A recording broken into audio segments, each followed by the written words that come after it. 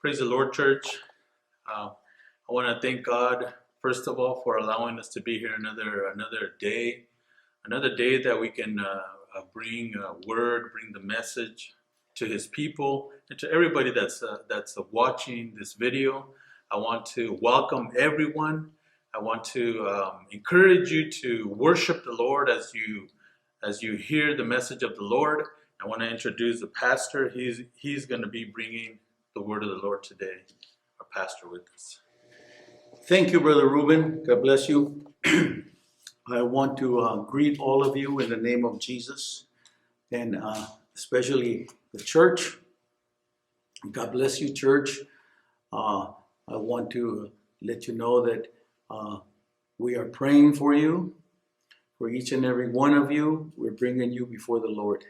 And if you are also joining us with our broadcast here, we also greet you in Jesus' name, and we welcome you. We welcome you to this broadcast, and at the same time let you know that our prayers are going out to all. Our prayers are that the Lord will bless you, the Lord will touch you wherever you're at, in your home, with your family. I want to encourage the church, the congregation. I want to encourage you to continue with the prayer. I want to encourage you to at least give 1 hour a day in prayer. If you are able, unite with your family, unite with your children, unite with your spouse. The whole thing is that we need to unite in prayer. Prayer is very powerful. Prayer is very much needed right now. Prayer is like an antidote for us, for our souls, for our hearts, for our thoughts, for what we're facing together. I would encourage you to have family altar, to bring word to your home, to your children, to your family. Bring word of comfort. Bring word of encouragement. Bring word that will bring positive thinking and knowing that God is with us. I want to encourage you to continue. We are praying, we are fasting, we're continuing to seek the Lord for everyone. And I just ask you, church, that we continue to unite.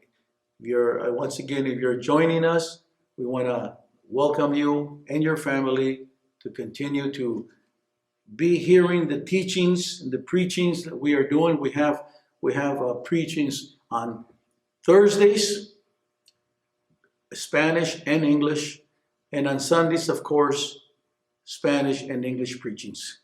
And you're more than welcome to join us and be with us and listen to all this. And we want to let you know that we are here in Hollister. The address here is 153 5th Street. This is where we have our house of God. This is where we are. This is where we worship God. This is where we give God all the honor and all the glory. And once again, I welcome you. I welcome your family. And enjoy the word. Open your heart. Let the Lord touch your heart. Let the Lord reach your soul. And if you're searching for something, open up and let the word reach you. Let the word reach your home. We are listening to these words because we need to hear. We need help. We need God. So there's no other way than to hear the word. Faith cometh by hearing, and hearing the word of God. So we need this faith in our lives today, strong to keep going. So let's make a prayer as we go forward. Let's make a prayer in the name of Jesus. Lord, we're coming before you right now, God. I trust you, Lord. I believe in you. You know, our congregation that is not able to congregate for now, I ask you that wherever they're at, in their homes, Lord, with their families, that you put your hand upon them right there. Comfort them. Bring peace. Bring healing, Lord.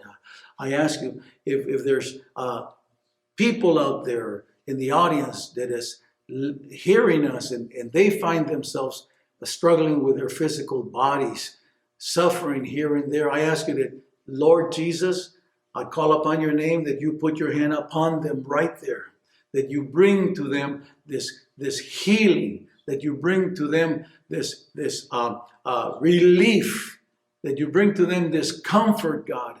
Oh, Lord Jesus, you are the giver of life. You're the one that can make all things new.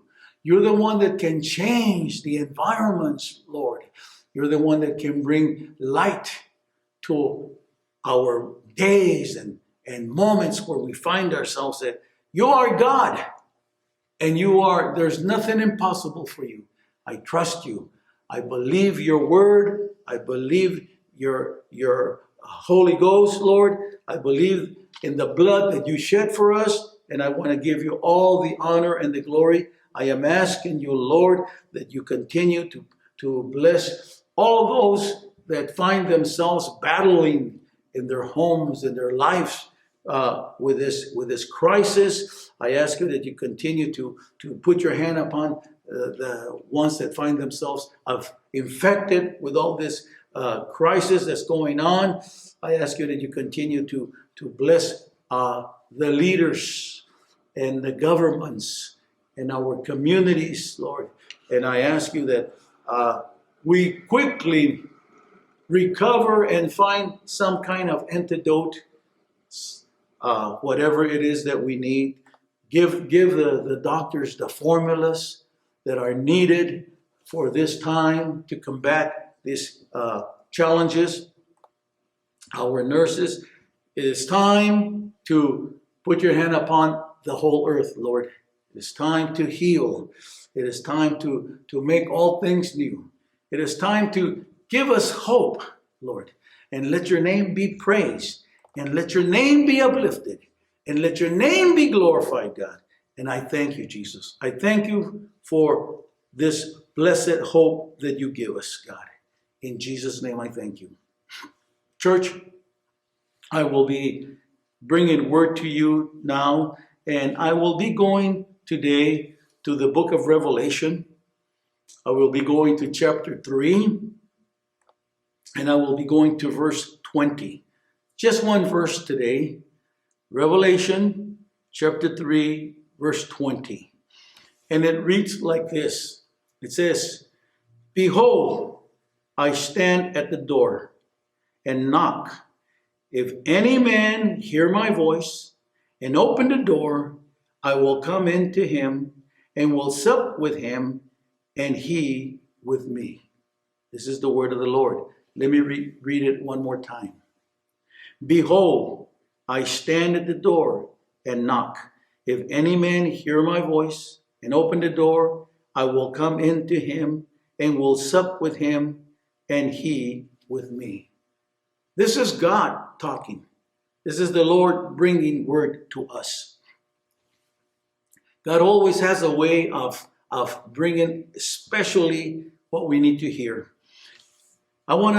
Today I want to entitle this message, "Knocking at Your Door of Your Heart." Knocking at your door of your heart. And last week, when I was preaching, I brought you word, and I brought you a word about an invitation, and I told you, come and see. How God made an invitation, but he made the invitation for us to go see where he was and what we would come to find. So today I am going to call upon you again. I will continue to reach out to you, to ask you again to respond to this invitation. I believe this invitation is genuine, and I believe God is doing it with purpose. And I want to continue to talk to you about this. I will reach out to you with this today. You know, we are in the middle of this crisis. We find ourselves in the middle of this crisis. But I want to tell you this, you who are hearing my voice, you who are listening to this, church, visitor, friend, I want to tell you this. If you are alive right now, you still have life, it's because God is allowing you to have life. You are still here with us. You're still here. And if you have this life, you can still call out to this invitation. You can shout if you will. You can yell if you will. There's a world right now all around us. Look around. There's a world struggling, hurting, suffering. They're still all confused and wandering in this darkness. Listen, there's a dark cloud all around the earth. And our leadership is struggling with this dark cloud. And all that find themselves are struggling to make ends meet through this cloud. There's so much running around in circles, trying to find answers, remedies, formulas, and what have you. With so much pain, we're trying to find a vaccine. We're trying to find an antidote. So much hurt, so much wounds, so much disappointment. And it leads to so much discouragement and frustration. We find ourselves with people frustrating, people angry, people responding in the wrong ways. But I'm coming to you, and I want to say to you who are hearing me and listening, you're alive. You have a voice. We have a voice. And a lot of us find ourselves shouting and yelling with frustration, with anger, yelling unfair, unfair, or yelling, this is not right. Sometimes this is not right, or yelling. Boy, we can't get a break here. If it's not one thing, it's another. We're jumping from one crisis into another crisis. And that seems to be the voice shouting all around. But I want to tell you something today, my brothers, and you that are listening. That voice that you have, that voice that you're complaining with, that voice that you're shouting unfair and not right and all this, that voice is given to you by God. God has given you that voice. And it's yours. But why not use it in another perspective? Let me help you. Why don't you use it to call on the omnipotent God? That means the all-powerful God himself. Why not use it to call upon the name of Jesus, the Savior, the one that went to the cross, the one that shed his blood? Why don't you yell and shout at him? Even with that frustration, even with that anger. Shout at him. Lift up your voice, if you will, whatever you want to call it. But yell at him and say, God, why don't you talk to me? Shout it with your anger, with your frustration, and with your confusion, and trying to find out what's going on. Why don't you tell the omnipotent, why don't you talk to me, God? Why don't you talk to me, Lord? When you start answering, when you start calling on him, you're responding. You're responding to him. Make an impact with your response. Make an impact with your shout. Make an impact when you're yelling out there. God has us alive. He has you alive for a reason. He has you alive for a purpose. God is willing to show you how real you are. Make it happen. The God that I'm talking to you, the one that gave you that voice, that one is keeping us alive, he is the same God that shut the mouth of the lions. He's the same God that parted the sea for the Israelites when they needed a miracle. He's the same God that brought down the walls of Jericho when the Israelites were coming into a new land, a new territory like us now. He brought down walls that were hindering, walls that were in the way, He made a way. He's the one that brings down fire from heaven. My God, He is the one that can move mountains. He is the one that can send angels to help us, to aid us. He is real. And here we are with an opportunity. Shout it with all reality. We're living in reality. We're living in a crisis. We're living in pain. We're living with hurt. People are dying around us. Shout it in all reality. Yell it. Are you real, God? Are you real? I want to tell you, God is the same yesterday. He's the same today. And He's the same tomorrow. And I believe God is still trying to get our attention. And I believe He's still trying to make that invitation to us. But now I see Him, maybe, if you will, use another tactic. Now He's coming to the door. Last week I was telling you, come and see. Come and see.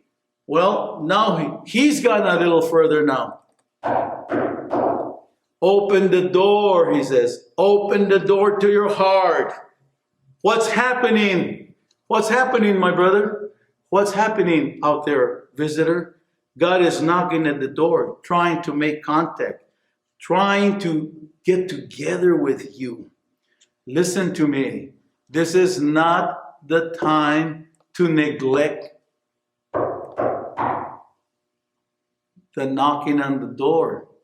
Don't put it on the side. Don't ignore it. Sometimes we hear it, but we act like we don't hear it. We want to put it, this is not the time to neglect the knock that the Lord is doing on our door to our heart. And maybe some of us are tired of being tired. Maybe some of us are willing to open the door. But it's been so long. It's been so long. For some of us, the doors really has been closed. For some of us, maybe we go to the door, but the hinges are so rusted. My goodness. The hinges are so rusted. Doesn't seem like they really want to move. You know, I know that some of us try to answer this knock, but as we try to open our door, we hear the squeaks. The squeaks. The door squeaks. You're trying to open it, but the door squeaks. Or we're trying to open it, but the door is grinding. Just grinding as you try to open it. Or we tried, but the door has been slammed so shut. My God, we're trying with all our strength to pull it apart, and we're still having problems. And then we're trying this, and we find out, boy, this door is so sticky. It's just so sticky. I'm having a hard time with it. And for some of us, it just won't budge. It just won't budge. But I want to talk to you about this door a little bit. I told you that the hinges are so rusted. The hinges to the door of your heart can only get rusted, and I'm going to tell you how it rusts. When you start to lose trust in the God that created you.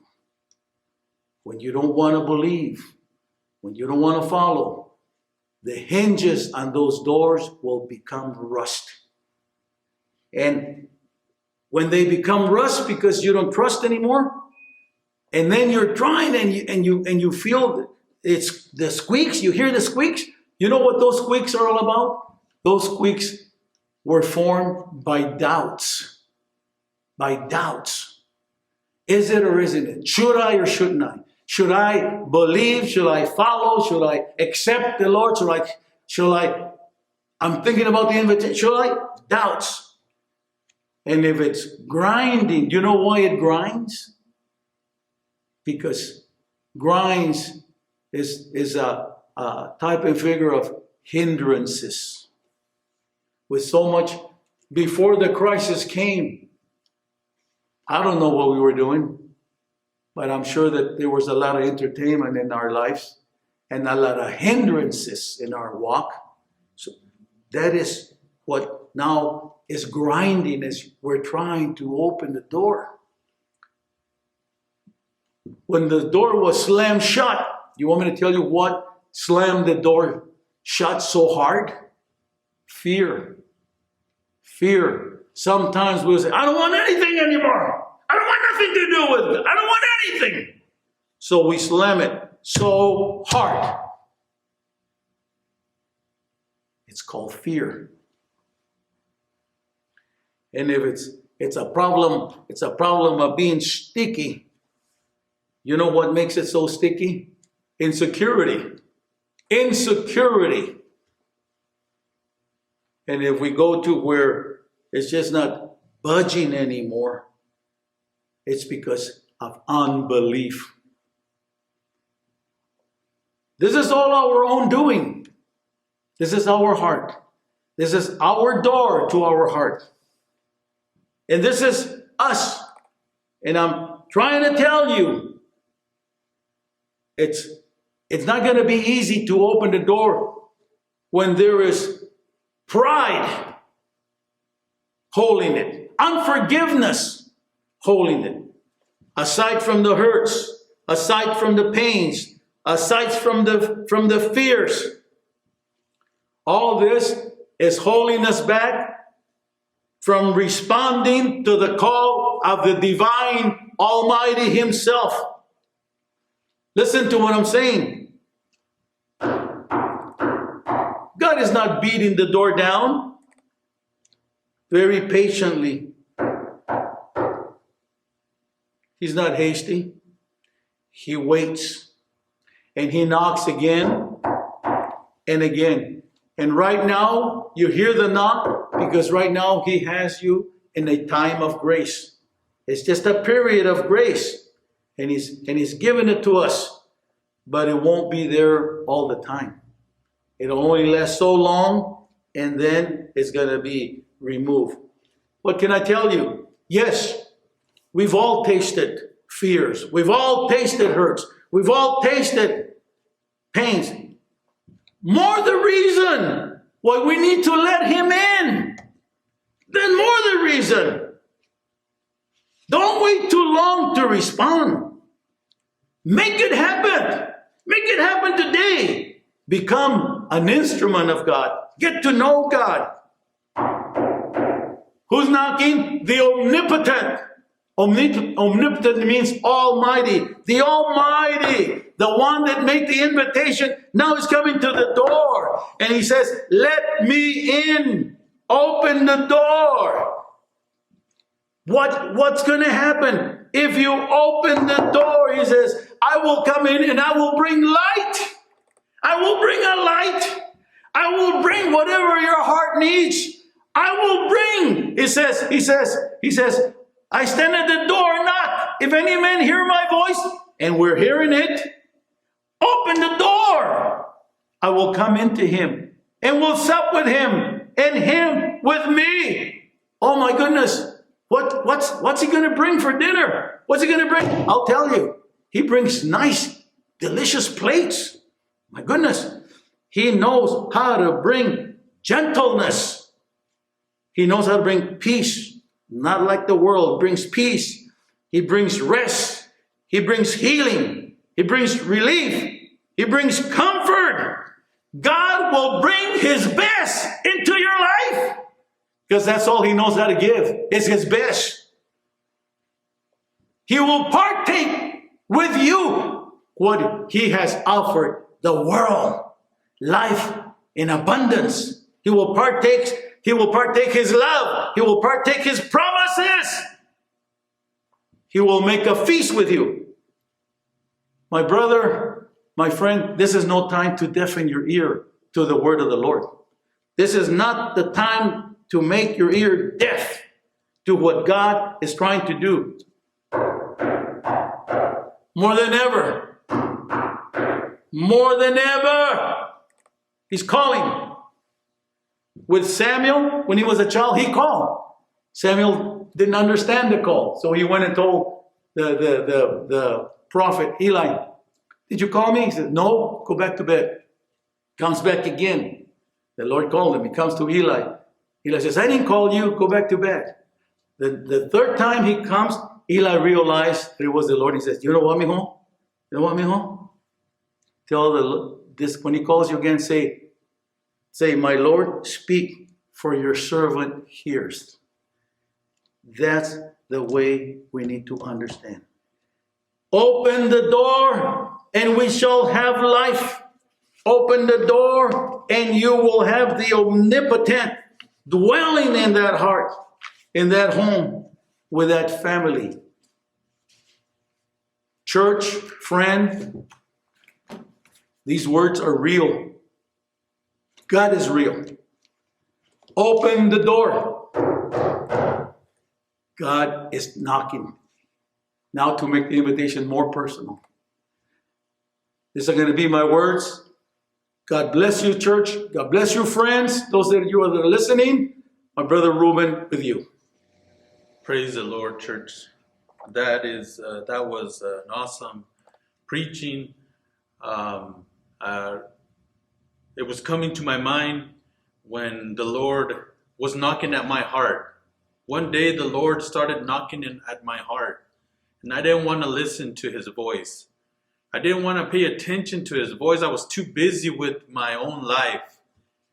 And God was knocking, and I ignored him to the point that when I wanted to seek God, there was no response.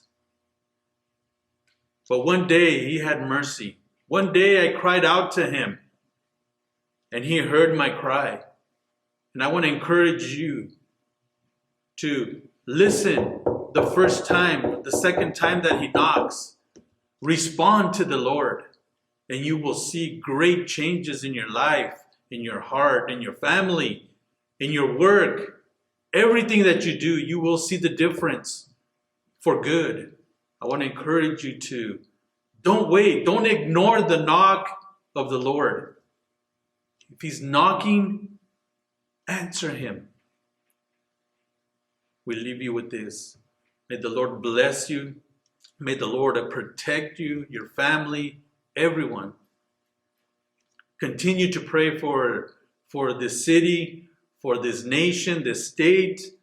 Continue to pray for them. Continue to pray for the doctors, the nurses. Continue to pray for them. And the Lord is going to maintain us safe. The Lord is going to protect us. We leave you with that. In the name of Jesus.